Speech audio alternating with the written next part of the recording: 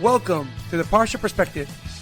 Each week, we will delve deep in a weekly Torah portion to find a practical and insightful way to enhance your daily life.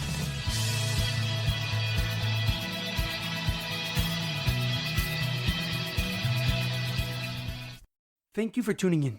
My name is Rabbi Shalom Yamini, and each week we will look into the weekly Torah portion to find practical and insightful ways to enhance your daily life. This week's Parsha Perspective is in honor of our homeland, Eretz Yisroel May May God protect our brave soldiers, and may God return all the hostages from Gaza immediately. This week's Parsha Perspective is in honor of the Refuah Shlema, the complete and speedy recovery of HaRav Amitai ben Shoshanna, and all those who need to experience a speedy and complete recovery. This week's Parsha Perspective is in loving memory of Edward Ben Efraim, Shlomo Ben Edward, Yirachmiel Daniel Ben Gedalia. May their souls be uplifted and may their memories be a blessing. This week's Torah portion is Parsha Bechukosai as we end the third book of the Torah, Sefer Vayikra. Our Parsha begins with the incredible blessings that we will receive for doing God's commands, and especially if we do with dedication and enthusiasm. There will be plenty of produce to harvest, and it will keep us busy from one harvest to the next. There will be rain in its proper time and an abundance of sunlight to quickly develop the produce. We are also told of the severe, the terrifying punishments for rejecting, for disobeying God's commands. Nevertheless, HaKadosh Baruch Hu, God in His great mercy, states that under no circumstances will He forsake, will He abandon us. This is because God has made a covenant, a bris, with our forefathers, Abraham, Yitzchak, and Yaakov, that their descendants will be His chosen nation. However, a question comes to mind. Among the rewards we receive for following God's path is that God will dwell amongst the Jewish people. The pasuk states, "I will establish my home in your midst, and I will not despise you." But how is the end of the pasuk a reward? Shouldn't it have said, "I will cherish you," rather than "I will not despise you"? Why is this one of the rewards we receive for following in God's commands and for following in God's path? The Ramban, Rav Moshe ben Nachman, gives an interesting explanation. He examines the pasuk and divides it into two separate rewards. First, God will dwell and make a home in the midst of the Jewish people. Secondly, God's divine spirit will not stay within the confines of that home, but rather be embedded amongst the Jewish people. The Ramban understands the second part of the pasuk, "I will not despise you," as a separate element of our connection to God. While it is no simple feat to feel a bond in spaces intended for connection, such as synagogues, shuls, study halls, and yeshivas, it is even a greater feat to feel connected in spaces with conflicting ideas and distractions. Accordingly, the second part of the pasuk is a separate, distinctive reward for following in God's path.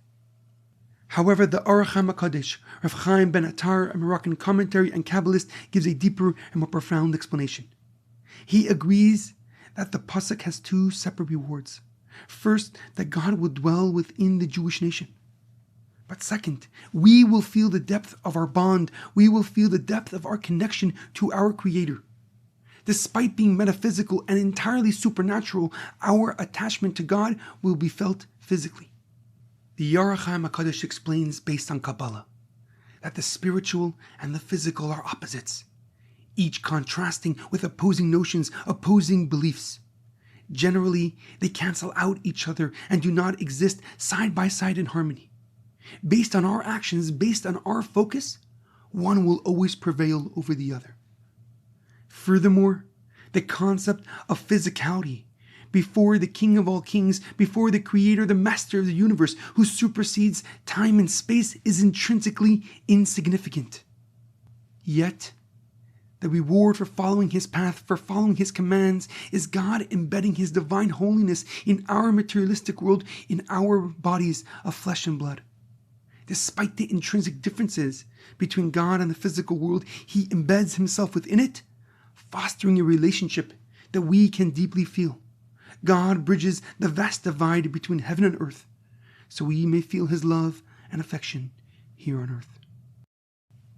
The Aruch HaMakadesh's profound lesson is ever more relevant as the holiday of Shavuos quickly approaches. With the giving of the Torah on Har Sinai, on Mount Sinai, God effectively removed the veil between the upper and lower worlds. He enabled our physical world to become a home for His divine spirit, as we seek to uplift the mundane to the holy and bring about the ultimate redemption. In our daily life and during these trying times, we must realize that it is not enough to create space. We must truly unite with our fellow Jews. Each of us is individually empowered with godly spirit to fulfill a mission and purpose.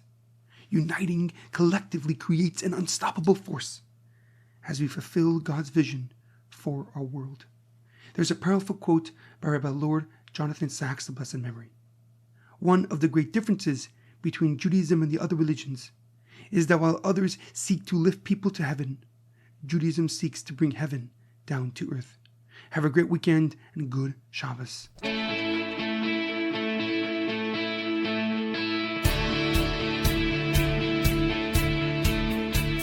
Thank you for tuning in to the Parsha Perspective.